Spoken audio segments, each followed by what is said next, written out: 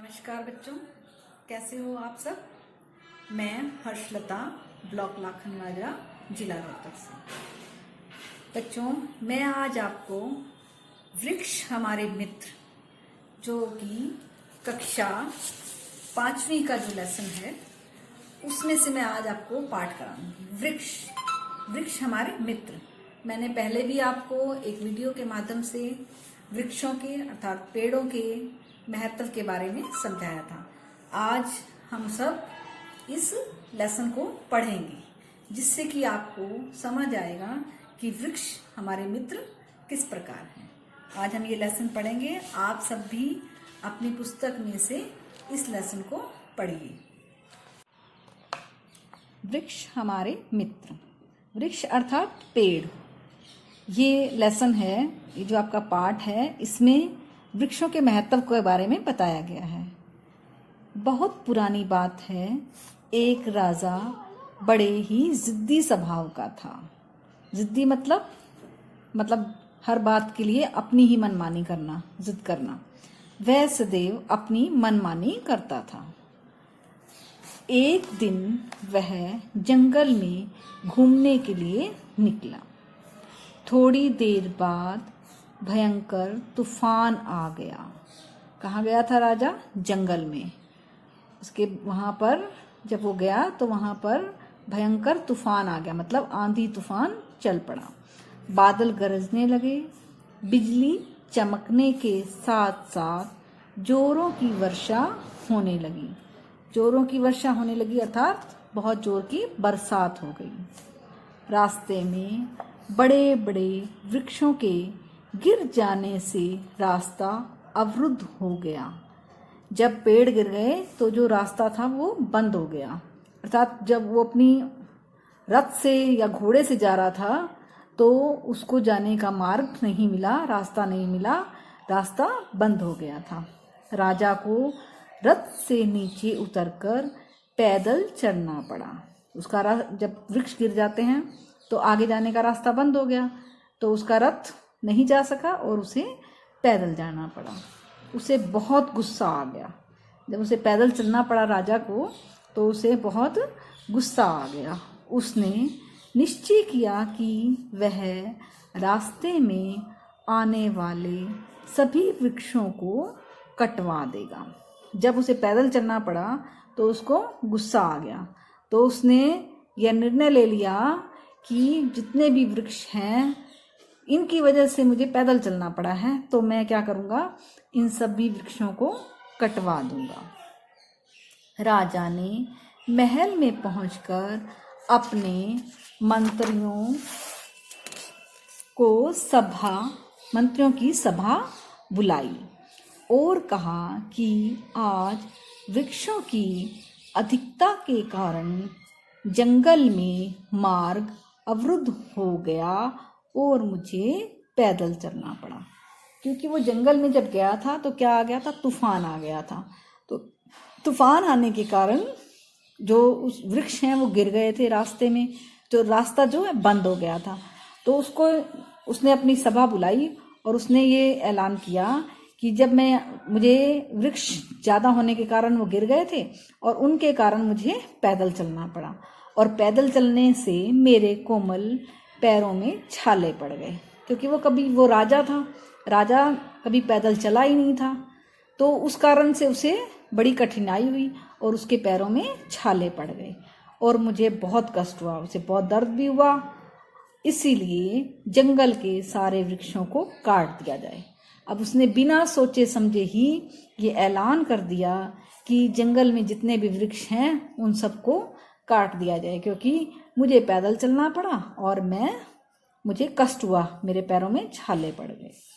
मंत्रियों ने राजा को ऐसा ना करने की सलाह दी। अब जो मंत्रीगण थे उन्होंने कहा कि राजा जी ऐसा नहीं करना चाहिए, परंतु जिद्दी राजा भला उनकी कहाँ सुनने वाला था, क्योंकि राजा बहुत जिद्दी था और वह किसी की भी नहीं सुनता था। इसलिए उसने जो कह दिया वही पत्थर की लकीर है कि जो मैंने आदेश दिया है उसकी पालना होनी चाहिए। वह अपनी बात पर अड़ा रहा और वृक्षों को शीघ्र काटने का आदेश दिया। जब वो, क्योंकि वो देश का राजा था और उसकी बात को कोई टाल नहीं सकता था, तो राजा होने के नाते उसकी बातों की अवहेलना भी नहीं की जा सकती थी। और अब वो इस बात पे अड़ा हुआ था कि वृक्ष कटेंगे, तो उसने आदेश दिया कि सभी वृक्षों को जल्दी से जल्दी, शीघ्र का अर्थ है जल्दी से जल्दी काट दिया जाए। राजा के आदेशानुसार जंगल के सभी वृक्षों को काट दिया गया। अब उसका आदेश सुनकर क्या किया कि जंगल में जितने वृक्ष थे उन सबको काट दिया। वृक्षों के न रहने से पक्षियों ने अन्य देशों में जाकर शरण ली। पक्षी कहाँ रहते हैं? वृक्षों पर रहते हैं अपना घोंसला बनाकर। जब वृक्ष ही नहीं रहे तो पक्षी कहाँ रहते हैं?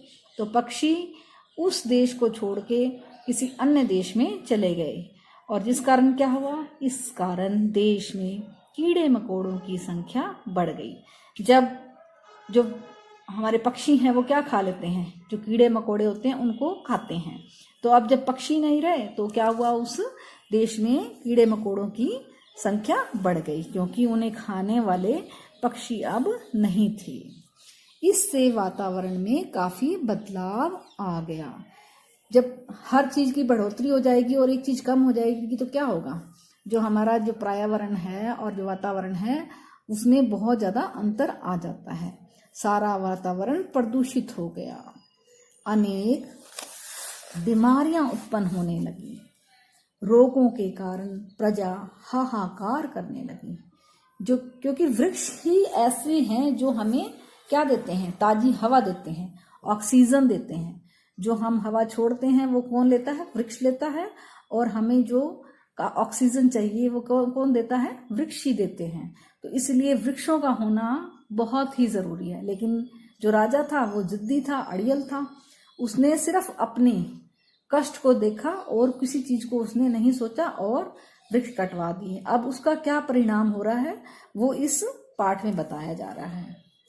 कुछ समय बाद वह राजा योगी का वेश धारण करके प्रजा की कुशल क्षेम जानने के लिए निकला। जो राजा होते थे पहले वो क्या करते थे, रात के समय अपना वेश बदलकर प्रजा के बीच में जाया करते थे कि प्रजा उनके बारे में क्या सोचती है और प्रजा क्या सुख दुख है उनका, वो भी जानने के लिए राजा अधिकतर जो है वो प्रजा के बीच में अपना वेश बदलकर जाया करते थे। तो इस रात भी राजा अब प्रजा की कुशल मंगल जानने के लिए वेश बदलकर निकला। रास्ते में उसे एक किसान मिला। कौन मिला? किसान। राजा ने उससे पूछा, इस वर्ष फसल कैसी हुई? राजा ने उससे पूछा कि इस बार जो खेती हुई है आपकी वो कैसी हुई है? किसान ने क्रोधित होते हुए कहा। किसान को तो गुस्सा था, क्योंकि जब वृक्ष ही नहीं रहे तो फसल जो बारिश होती है वो भी नहीं होगी। तो उसको गुस्सा आ रहा था। तो किसान ने क्रोधित होते हुए कहा, फसल की पूछ रहे हो? इस वर्ष वर्षा कहाँ हुई है? उसने बताया कि तुम फसल की बात कर रहे हो, लेकिन इस साल में, वर्ष अर्थात साल में वर्षा कहाँ हुई है? राजा ने सारे वृक्ष कटवा डाले हैं, जिस कारण से वर्षा नहीं हुई।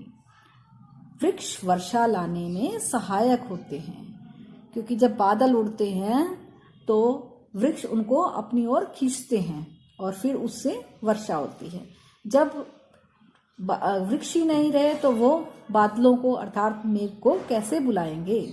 सारे मेघ हमारे देश की सीमाओं को पार कर दूसरे देशों में जा रहे हैं।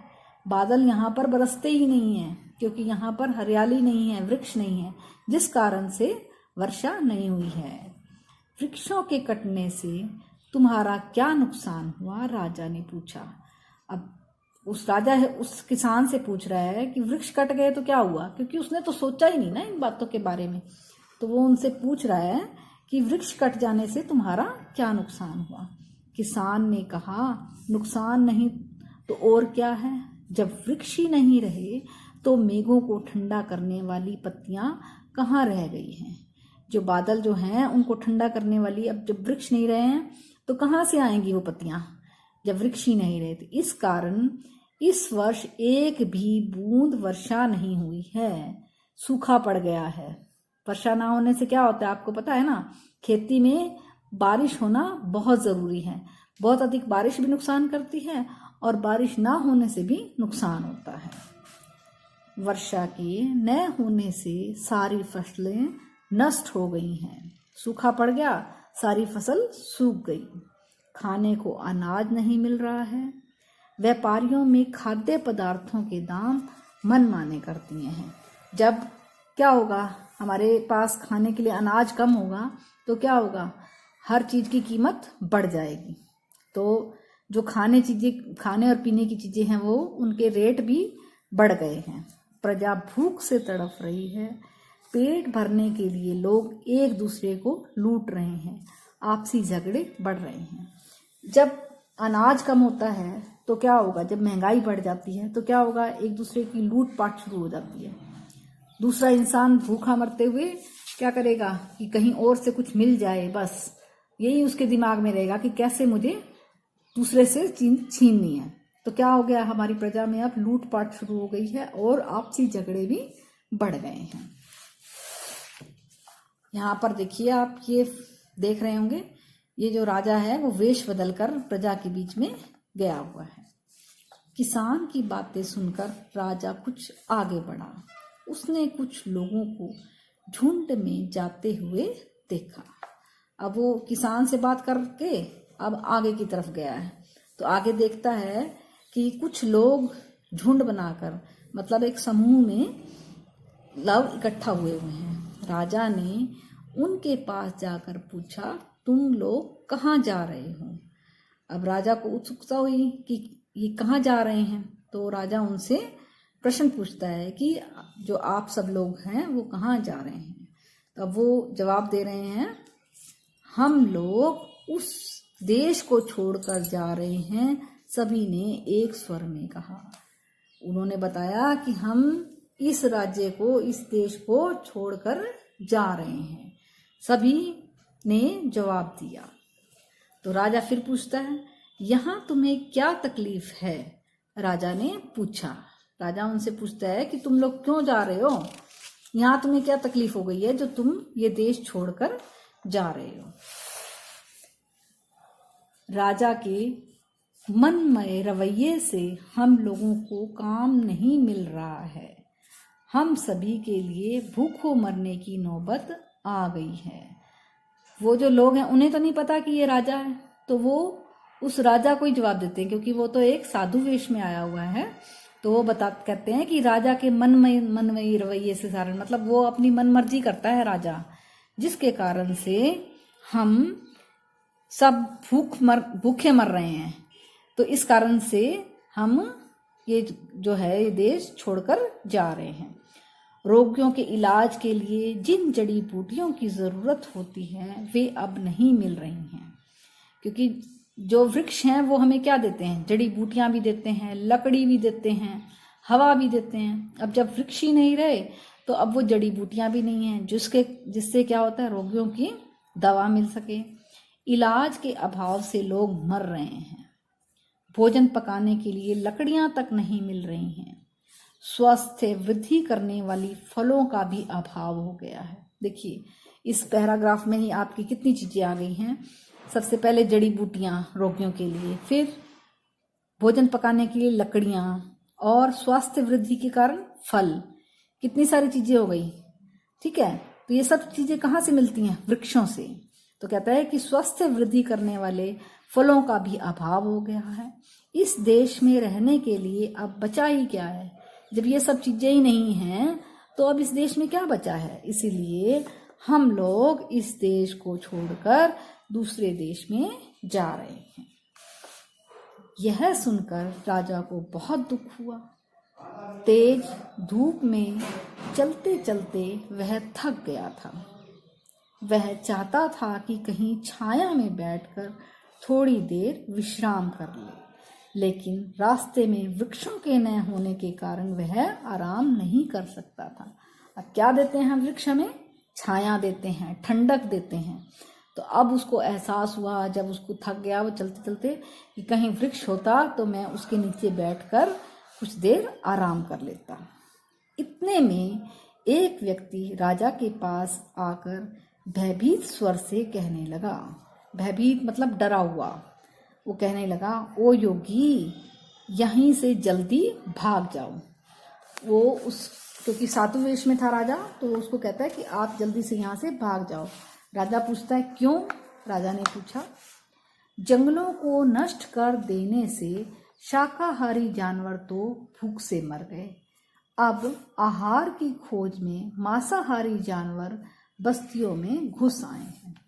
जंगल था, जंगल में जब क्या था कि जो जानवर थे, शाकाहारी जानवर थे, वो तो वृक्षों के, पेड़ पौधों के पत्ते, फल, ये सब खाकर जीवित रहते थे। अब वो तो मर गए शाकाहारी जो जानवर थे। अब जो मांसाहारी जानवर थे वो क्या कर रहे हैं, वो जंगल कट जाने से अब क्या है, वो बस्तियों में आ गए हैं, शहर की तरफ आ गए हैं। तो वो क्या कर रहे हैं, वो जानवर, वो लोगों को मार मार कर खा रहे हैं।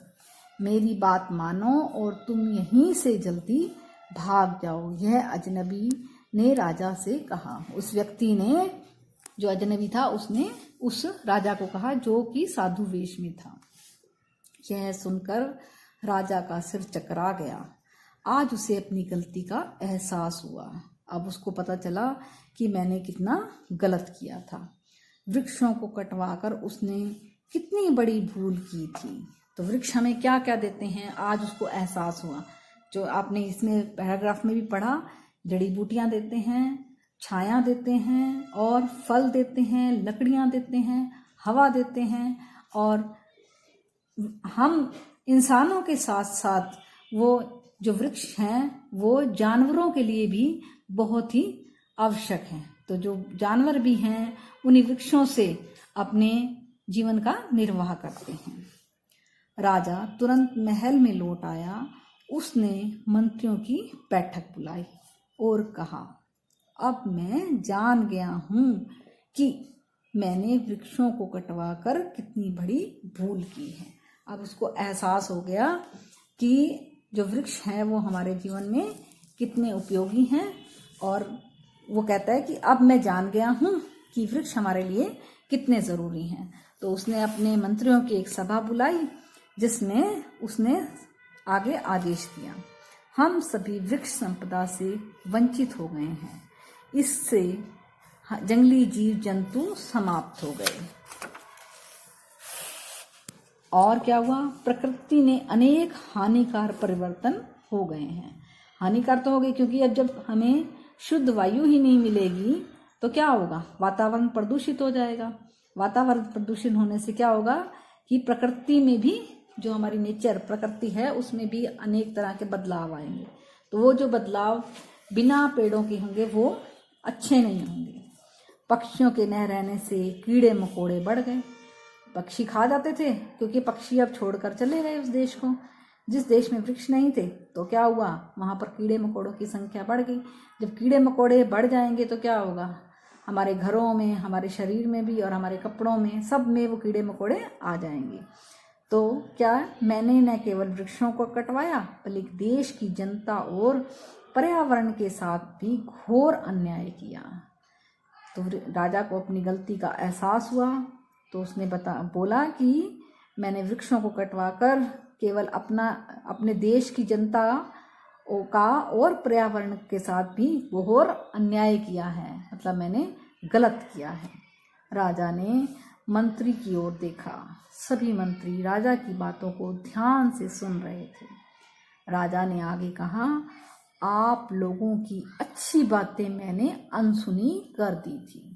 तो हमें कभी भी, अगर हमारे से कोई छोटा भी हमें कोई बात कह रहा है तो हमें उसकी बातों को ध्यान से सुनना चाहिए, और अगर अच्छी बात है तो हमें उसका पर भी अमल करना चाहिए। वो राजा था, उसको सिर्फ यही घमंड था कि मैं राजा हूँ, और वो जिद्दी था। तो उसने क्या किया, सारे जो अपने देश के जो जितने भी पेड़ लगे हुए थे उनको कटवा दिया। तो वो गलत किया उसने अपने किसी भी मंत्री की बात नहीं मानी। अब जब उसको एहसास हुआ तब तक बहुत देर भी हो चुकी थी। तो उसने फिर भी अपनी गलती मानी और सभी को अपना आगे आदेश सुनाया।